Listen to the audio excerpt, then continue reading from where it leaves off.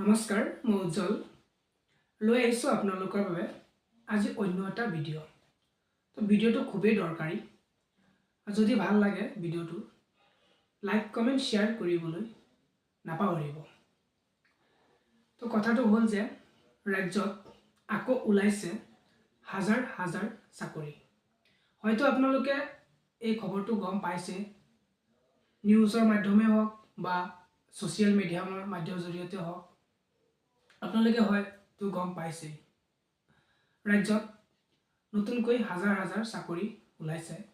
তো অতি সোনকালে এপ্লাইও আৰম্ভ হ'ব। ৭০,০০০ টকা পৰ্যন্ত লাভ কৰিব দৰমহা।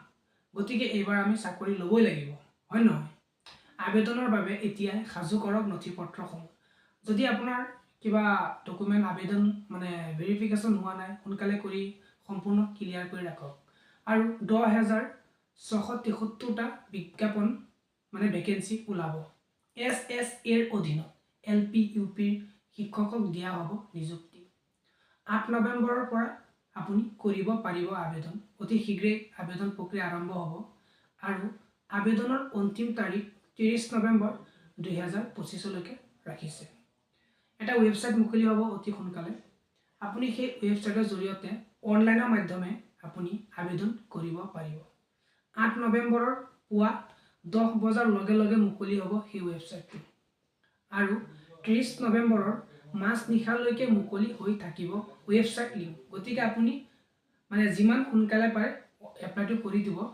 আৰু এটা কথা, অফলাইনৰ আবেদন কিন্তু গ্ৰহণযোগ্য নহ'ব বুলি ইতিমধ্যে উল্লেখ কৰিছে। বিশেষ নিযুক্তি অভিযানৰ জৰিয়তেহে লাভ কৰিব চৰকাৰী চাকৰি। বৃহৎ নিযুক্তিক লৈ ৰাজ্যৰ শিক্ষামন্ত্ৰী ডক্টৰ অনুজ পেগুৰ ডাঙৰ মন্তব্য। তো আপোনালোকে হয়তো এতিয়া ভিডিঅ'টো গম পাইছে যে ভিডিঅ'টোৰ উদ্দেশ্য কি আৰু মই ভিডিঅ'টো কিহৰ ওপৰত বনাইছোঁ। তো পৰৱৰ্তী খবৰসমূহ লৈ আহিছোঁ আপোনালোকৰ বাবে। ৭০,০০০ পৰ্যন্ত পাব দৰমহা।